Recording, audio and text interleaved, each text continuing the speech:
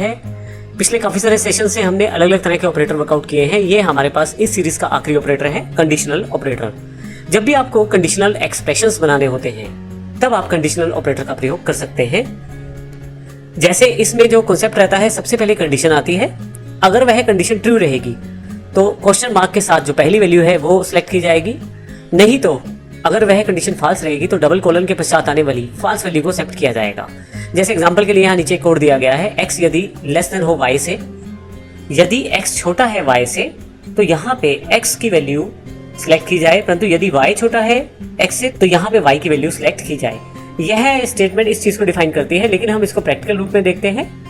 Conditional example.java के नाम से हमने एक फाइल पहले से तैयार कर रखी है। आइए देखते हैं किस प्रकार इसको प्रैक्टिकल रूप में किया जा सकता है।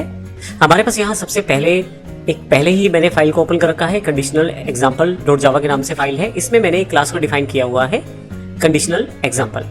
पब्लिक स्टैटिक वॉइड मेन में मैंने 3 वेरिएबल क्रिएट किए हैं। x में 50 असाइंड है, y में 60 असाइंड है, z में मैंने कंडीशनल स्टेटमेंट का प्रयोग किया है। यदि आप यहाँ से देखो तो ये कंडीशनल स्टेटमेंट मेरे पास अवेलेबल है।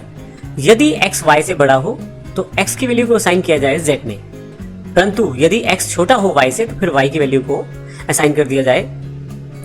यदि x की वैल्यू y से बड़ी है तो फिर x को असाइन किया जाए z में, और यदि y की वैल्यू बड़ी है तो फिर y की वैल्यू को z में असाइन किया जाए, यानी कि दोनों केसेस में बड़ा नंबर स्टोर किया जाए z में। इसको मैं प्रिंट करवा देता हूँ system.out.println के साथ, और नीचे यदि मैं इसको एग्जीक्यूट करूँ तो नीचे की तरफ मेरे पास आउटपुट आ जाएगा 60।